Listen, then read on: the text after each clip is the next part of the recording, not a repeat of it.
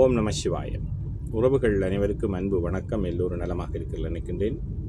எல்லோரும் நலமாக இருக்க வேண்டும் என்றெல்லாம் இறைவனை பிரார்த்தித்தவனாக வளமை போன்ற ஒரு பொருளை அடுத்த தலைமுறைக்கு கடத்தி செல்ல வேண்டும் என்ற நோக்கோடு காணொளி வடிவிலே பதிவிட்டு வருகின்றேன். அந்த வகையில் இன்றைய தினம் நாங்கள் காண்க இருக்கின்ற குறள் அதிகாரம் தெரிந்து செயல் வகை என்ற குறளிலே முதலாவது குறளாக அமையிருக்கின்றது. 1330 குறளிலே 461வது குறளாக அமையிருக்கின்றது. பார்ப்போமாக இருந்தால், அழிவதும் ஆவதும் ஆகி வழிபயக்கும் ஊதியமும் சூழ்ந்து செயல். அழிவதும் ஆவதும் ஆகி வழிபயக்கும் ஊதியமும் சூழ்ந்து செயல் என்பதாக அமைந்திருக்கின்றது.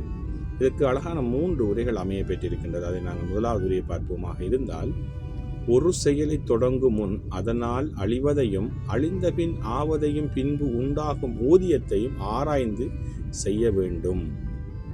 அதாவது சாதாரணமாக நாங்கள் சொல்வோம், ஏதாவது ஒன்றை செய்ய வேண்டுமாக இருந்தால் அது பின்விளைவுகளை நாங்கள் யோசித்து தான் இதையும் செய்ய வேண்டும் என்று. அதைத்தான் இந்த குறள் சொல்லி இருக்கின்றது. ஒரு செயலை தொடங்கினால் எங்களுக்கு அதனால் வருகின்ற நன்மையையும் அதனால் வருகின்ற தீமையும் ஆராய்ந்த பின்புதான் அந்த செயலை செய்ய வேண்டும் என்பதைத்தான் முதலாவது உரை அழகாக சொல்லியிருக்கின்றது. ஒரு செயலை தொடங்கும் முன் அதனால் அழிவதையும் அழிந்த பின் ஆவதையும் உண்டாகும் ஊதியத்தையும் ஆராய்ந்து செய்ய வேண்டும் என்பதாக அமைந்திருக்கின்றது. அதே போன்றுதான் கலைஞர் அவர்களும் அழிவதும் ஆவதும் ஆகி வழிபயக்கும் ஊதியமும் சூழ்ந்து செயல் என்ற பொருளுக்கான உரையை தந்திருக்கிறார்கள். அதை பார்ப்போமாக இருந்தால், எந்த அளவுக்கு நன்மை கிடைக்கும் அல்லது தீமை ஏற்படும் என்று விளைவுகளை கணக்கு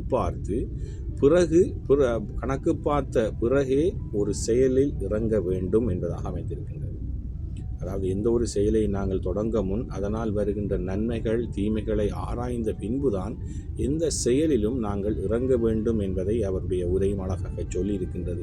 எந்த அளவுக்கு நன்மை கிடைக்கும் அல்லது தீமை ஏற்படும் என்று விளைவுகளை கணக்கு பார்த்த பிறகே ஒரு செயலில் இறங்க வேண்டும் என்பதாக அமைந்திருக்கின்றது.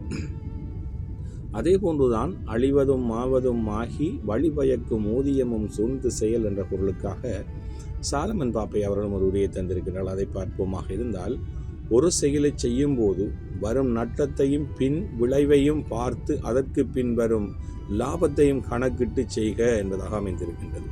சற்று வித்தியாசமான உரையாக இருக்கின்றது. உண்மையிலே அழிவதும் ஆவதும் ஆகி வழிபயக்கும் ஊதியமும் சூழ்ந்து செயல் என்ற பொருளுக்கான 3 உரைகளும் அழகான உரைகளாக அமைந்திருக்கின்றது. நாங்கள் ஒரு செயலை செய்ய முன்பு, அதாவது எந்த ஒரு காரியத்தையும், ஒரு வியாபாரமாக இருக்கட்டும், ஒரு தொழில் முயற்சியாக எதுவாக இருந்தாலும், எந்த செயலை நாங்கள் தொடங்குவதற்கு முன்பு நாங்கள் நன்கு ஆராய்ந்து பார்க்க வேண்டும். அதனால் எவ்வளவு நன்மை கிடைக்கும், அதனால் என்ன தீமைகள் விளையும் என்பதை, அதனால் எங்களுக்கு எவ்வளவு லாபம் கிடைக்கும் என்பதை ஆராய்ந்து பார்த்து தான் நாங்கள் இந்த செயலையும் தொடங்க வேண்டும். அப்போது தான் எங்களுடைய வாழ்க்கையில் நாங்கள் வெற்றி பாதையை நாங்கள் நோக்கி செல்ல வேண்டும். அதைத்தான் இந்த குறள் அழகாக சொல்லியிருக்கின்றது. அழிவதும் ஆவதும் ஆகி வழிபயக்கும் ஊதியமும் சூழ்ந்து செயல். எந்த காரியத்தையும் செய்ய முன்பு நாங்கள் சிந்தித்து நல்ல ஆராய்ந்து எந்த காரியத்திலே நாங்கள் இறங்க வேண்டும். அப்போதுதான் நாங்கள் சரியான பாதையிலே செல்ல வேண்டும். ஓம் நம சிவாய. நன்றி, வணக்கம். அடுத்த பொருளை சந்திக்கலாம்.